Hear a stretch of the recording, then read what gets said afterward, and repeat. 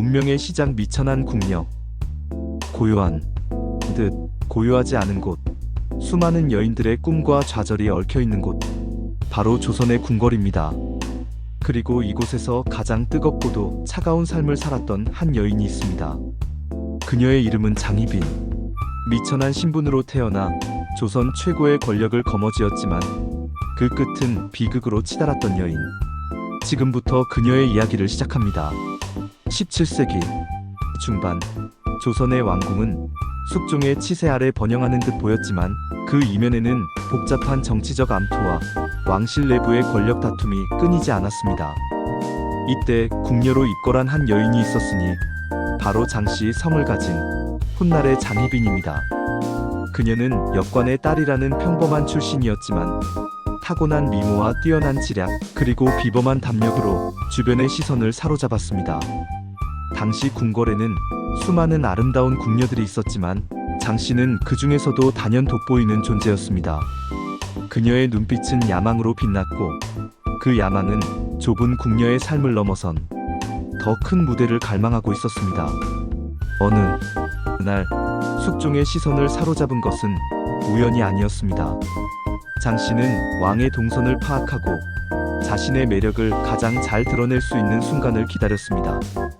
그녀의 치밀한 계획은 성공했고 숙종은 단아하면서도 요염한 그녀의 자태에 매료되기 시작합니다.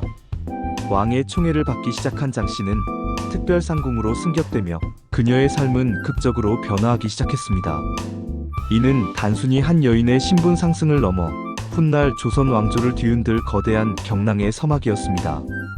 궁궐의 공기마저 그녀의 등장을 예감하는 듯 미묘한 긴장감이 감돌기 시작했습니다. 이 욕망의 날개, 빈의 자리, 그리고 왕비의 꿈. 숙종의 사랑은 그녀에게 날개였습니다. 미천했던 궁녀는 이제 왕의 지극한 총애를 받는 특별상궁을 넘어 빈의 자리에까지 오르게 됩니다.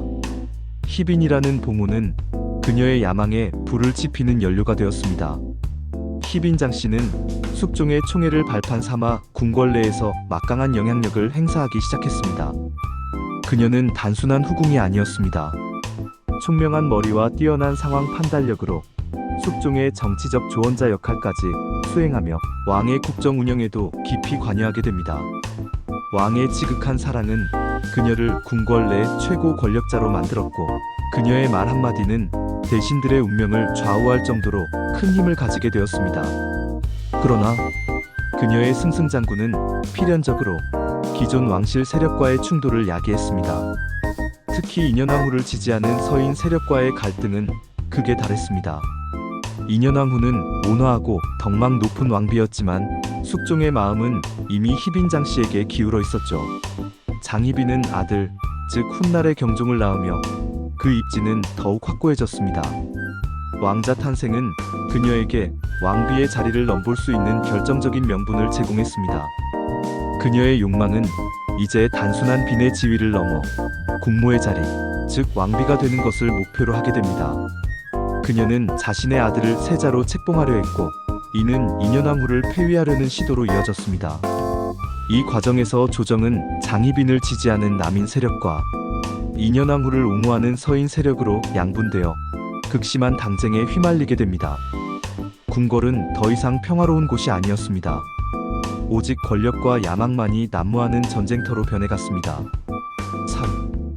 권력의 정점, 패비와 복위, 그리고 왕비 장씨, 장희빈의 야망은 결국 현실이 되었습니다. 숙종은 무리한 반대에도 불구하고 인현왕후를 폐위하고 희빈 장씨를 왕비로 책봉하는 파격적인 결정을 내립니다. 미천한 궁녀 출신이 왕비의 자리에 오른 것은 조선 역사상 유례없는 일이었습니다. 그녀는 이제 명실상부한 조선 최고의 여인이자 경종의 어머니로서 막강한 권력을 손에 쥐게 됩니다. 왕비 장씨는 자신의 아들을 세자로 책봉하고 친정 가문의 세력을 확장하며 권력의 기반을 다졌습니다. 그녀의 오라비와 친인척들은 조정의 요직을 독차지하며 막대한 부와 권력을 누렸고 이는 백성들의 원망과 불만을 사게 됩니다. 왕비장 씨의 권력은 하늘을 찌를 듯 했지만 그 이면에는 늘 불안정한 그림자가 드리워져. 그러나 권력의 단맛은 그리 오래가지 못했습니다.